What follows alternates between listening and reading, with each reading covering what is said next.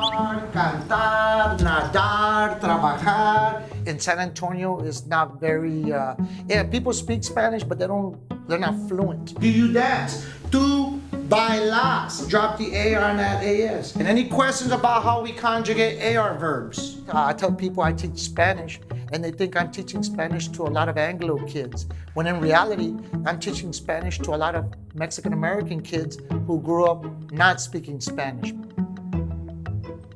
Their parents were told not to speak Spanish in schools, and their grandparents were told not to speak Spanish either. I mean, it was just an eliminating of the language. Growing up, my education was really important to my parents, and they always pushed us to go to school, go to school. We never missed school.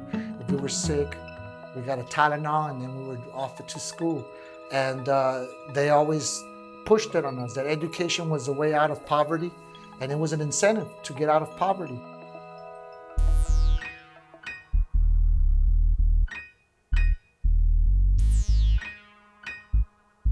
We've always had bad cars in the family, so we were always working on cars. Some neighbors, they were always working on cars. Hot rods, fast cars, 57 Chevys, Chevelles.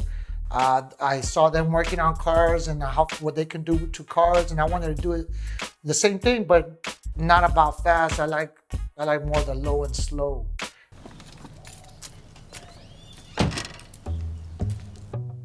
Back in the day, I had friends in San Antonio who didn't want to be Mexican. They didn't want to know. They didn't want to speak Spanish.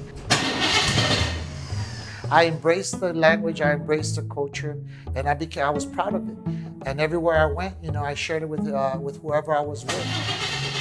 And a lot of people don't tend to embrace the lowrider culture. The lowrider shows up, and it's kind of awkward. After several years of being on my own, I ran into a car club, which I'm a part of now, OG Traditions. When I get in my car, I want my car to feel like it did in the 1950s. I want it to turn like the cars turned in the 1950s. I want it to feel, and I want to hear the noise and the smell of the gasoline just like it did in the 1950s. My car says tradition. After all the sweat, blood, and tears, and I mean sweat because we changed the motor out in the summer.